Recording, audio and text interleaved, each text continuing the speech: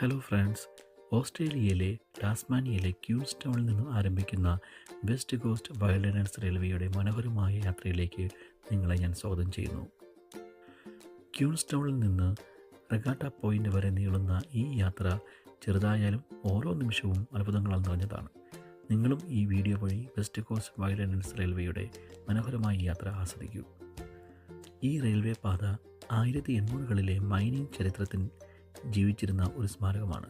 ഒരിക്കൽ ഖനന തൊഴിലാളികൾ ഉപയോഗിച്ചിരുന്ന ഈ പാത ഇന്ന് ടാസ്മാനിയയുടെ പ്രകൃതിയും പൈതൃകവും ഒന്നിച്ച് അനുഭവിക്കാനുള്ള ഒരു അതുല്യ അവസരമാണ്. പഴയ മോഡൽ സ്റ്റീം എഞ്ചിനുകളാണ് ഈ ട്രെയിനുകളിൽ ഘടിപ്പിച്ചിരിക്കുന്നത്. സ്റ്റീം എഞ്ചിൻ മുന്നോട്ട് നീങ്ങുമ്പോൾ കാടും പച്ചനിറത്തിലുള്ള പർവ്വതങ്ങളും താഴേക്കൊഴുകുന്ന വെള്ളച്ചാട്ടങ്ങളും എല്ലാം ചേർന്ന് ഒരു സിനിമാറ്റിക് അനുഭവം തന്നെ സൃഷ്ടിക്കുന്നുണ്ട്. മറ്റൊരു പ്രത്യേകത ഈ യാത്രയുടെ പ്രത്യേകതയിൽ വരുന്നത് പ്രകൃതിയുടെ സൗന്ദര്യം മാത്രമല്ല, പഴയ സ്റ്റീം എഞ്ചിൻ ഇപ്പോഴും അതേ ശബ്ദത്തിൽ അതേ താളത്തിലും പാതയിലൂടെ മുന്നോട്ട് പോകുന്നതാണ് മറ്റൊരു പ്രത്യേകത. കാലത്തെ പിന്നിലേക്ക് കൊണ്ടുപോകുന്ന ഈ ഒരു അനുഭവം വളരെ അതുല്യമായതാണ്.